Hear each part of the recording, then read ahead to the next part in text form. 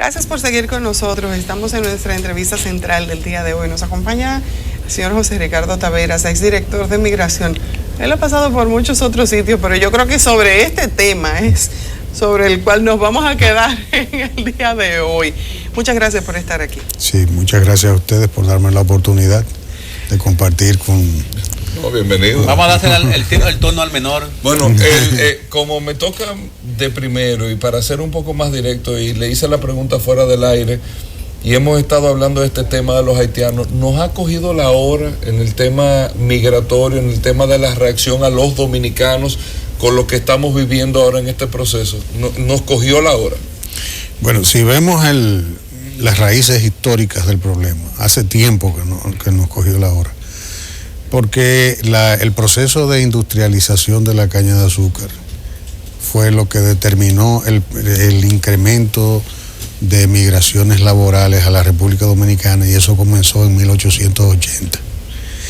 De 1880 acá, si tú te pones a ver que apenas en 1939 se hizo una ley general de migración, si observas que durante todo ese tiempo quien manejaba el proceso de la migración laboral era el Ministerio de Agricultura. No obstante, creamos una institucionalidad migratoria, y a mí como dominicano me avergüenza decir muchas cosas, por ejemplo, que se haya sido en mi gestión, por ejemplo, 7 años después que se promulgara el reglamento, que nosotros fuimos los que, una vez promulgado el reglamento, auspiciamos el borrador del Plan Nacional de Regularización, que después se le hicieron modificaciones con las que yo no estuve de acuerdo, pero ahí está el Plan Nacional de Regularización. 9 años después de que la ley en el 2004 ordenara la realización de un Plan Nacional de Regularización de Extranjeros, durante todo ese interregno en el país se ha ido produciendo lo que hemos denominado como el drama humano. Y ese drama humano es migraciones laborales que vinieron en un proceso de migración de retorno, que es lo que el país debe estimular en esta materia. Y en ese proceso de migración de retorno, pues se fueron quedando.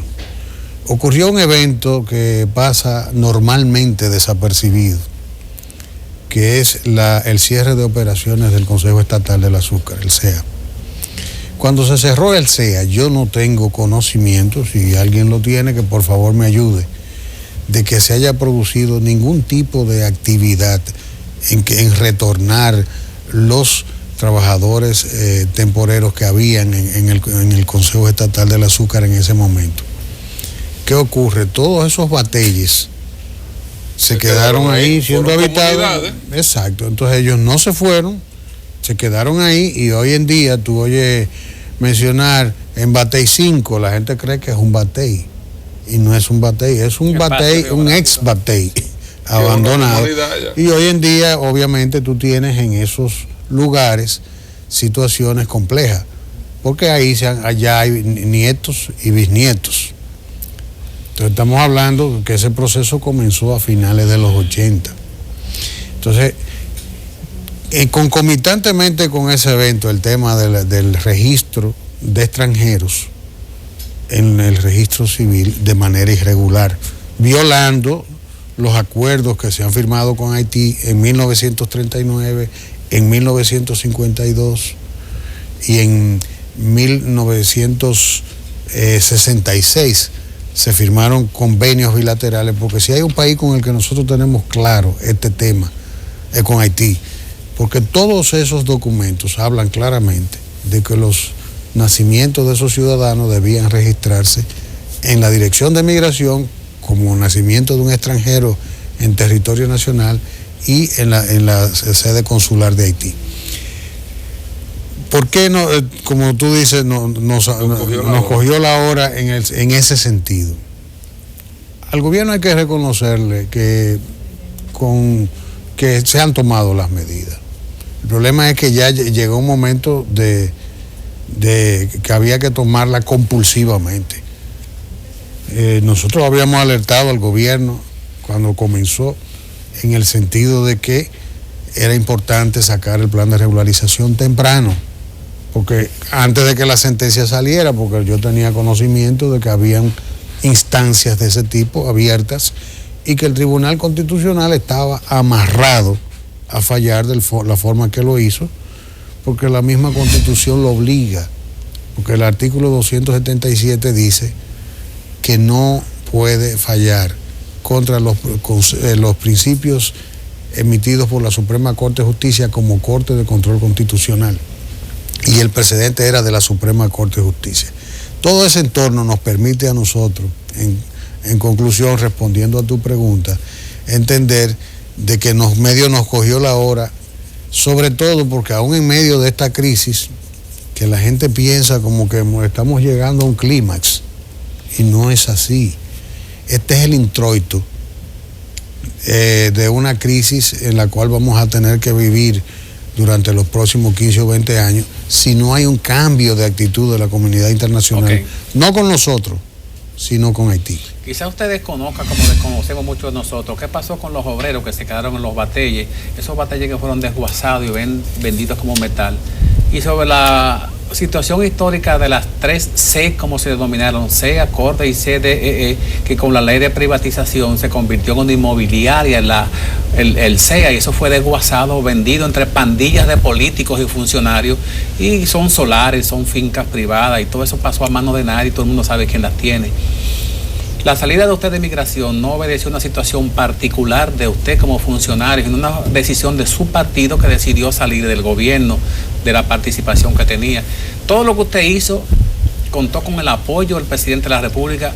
¿Dónde estuvo la asintonía del gobierno con el director de migración? Bueno, en general, nosotros con el presidente siempre tuvimos mucho nivel de sintonía. El problema es que en el entorno del presidente hay personas que no manejan este tema. O sea, lo pueden conocer, pero no tienen la experticia y obviamente han ejercido un control. Por ejemplo, se desplazó el Plan Nacional de Regularización de Extranjeros al Ministerio de Interior y Policía. Yo eso lo objeté, porque eso desde mi punto de vista violaba la ley.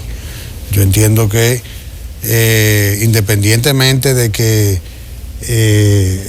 de cualquier razón legal, lo lógico es que la institución que tiene la experticia en el manejo del tema, porque yo se lo dije, si ustedes quieren, quítenme del medio. Porque si el problema es que nosotros... El protagonismo aquí. Si el problema es... No, yo creo que lo ideal sería, y obviamente pasó una estructura sin ningún tipo de conocimiento del tema a manejar eso, y lo han hecho lo mejor que han podido. Ministerio de Interior y Policía. ¿Usted se refiere al Ministerio de Interior y Policía? Pero eso fue una decisión que se tomó en el Palacio. Claro. Desplazar ¿Quién eso. debía manejar migración? Digo, lo natural es que migración hubiese manejado el proceso. Es una pero el Interior ha hecho, pero hecho. tampoco podemos, yo no quiero tampoco, no estoy diciendo esto, yo digo que hubiese sido lo ideal. Pero el Ministerio de Interior ha hecho un esfuerzo que la sociedad debe reconocer. Claro. Yo estoy hablando de la experticia institucional. No significa que ellos lo hayan hecho mal, han hecho todo lo que han podido con las limitaciones y el plan, yo lo defendía, lo defiendo y lo voy a seguir defendiendo hasta el día final en que terminó. Porque el plan, en primer lugar, es un mandato de la ley. No podemos cuestionar la política del plan, porque incluso el plan es una propuesta del diputado Pelegrín Castillo en su momento.